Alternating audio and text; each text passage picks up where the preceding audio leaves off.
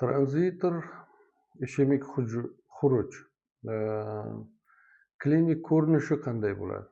Ya'ni klinikasi bular o'zgaruvchan hisoblanadi. Bosh miyadagi patologik o'choqlarning joylashuvi va patogenezi bilan belgilanadi. Umumiy bosh miya nevrologik alomatlari bilan xurujlar sifatida namoyon bo'ladi. Bunda gipertonik kriz tipdagi tranzitor ishemiya xuruji sifatida namoyon bo'ladi. Keling endi gipertonik cerebral krizni ko'rib chiqamiz.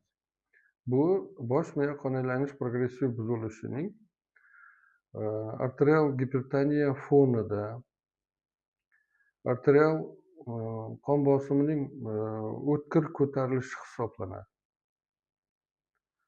U jismoniy va emotsional hissiy zo'riqish, spirtli ichimliklar ichish, chekish holatlarida, bemor tanasining qizib ketishi, buyrak kasalliklarining kuchayishlarini alomatlari sifatida qon bosimi ko'tarilib hosil bo'ladi. Gipertonik kriz paytida bemor boshida og'irlik hissi paydo bo'lishi, bu esa tez kuchayib boruvchi bosh og'rig'iga, ko'pincha dastlab ensa sohasida va keyinchalik diffuz deymiz, boshning boshqa joylariga tarqalishi bosh miya to'qimasining progressiv shishi bilan bog'liq bo'ladi. Bosh og'rig'i to'g'risida gaplashsak, u jarayonda tarqalgan va kuchli og'riq bo'ladi. Ko'ngil aynishi, qusish, ba'zan takrorlanuvchi qusish, yurak sohasida og'riq, bosh aylanishi, umumiy holsizlik, hissiy bezovtalik, vazomotor reaksiyalarning kuchayishi, nafas qisishlari va yurak urishi tezlashuvi bilan birga keladi.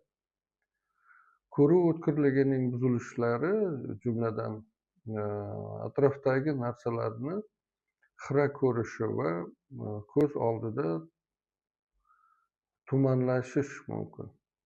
Gipertonik krizni kulminatsion nuqtasida esa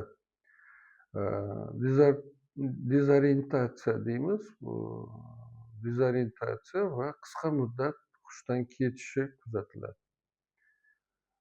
Shu bilan birgalikda paresteziya, piramid belgilar, afaziya elementlari, dizartriya, harakat koordinatsiyasining buzilishi va meningal alomatlar bo'lishi mumkin. Gipertoniya kasalligining xarakterli klinik ko'rinishlari, ya'ni shu jarayonda asosan arterial qon bosimining ko'tarilishi bo'ladi. Bu birinchisi. Gipertonik retinopatiya belgilari bo'ladi. Bu ikkinchisi.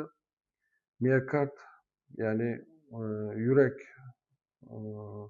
devorlari mushaklarida gipertrofiya kuzatiladi va oxirgisi aortada ikkinchi yurak tonining aksenti va boshqalar shunga o'xshagan holatlar kuzatilishi mumkin.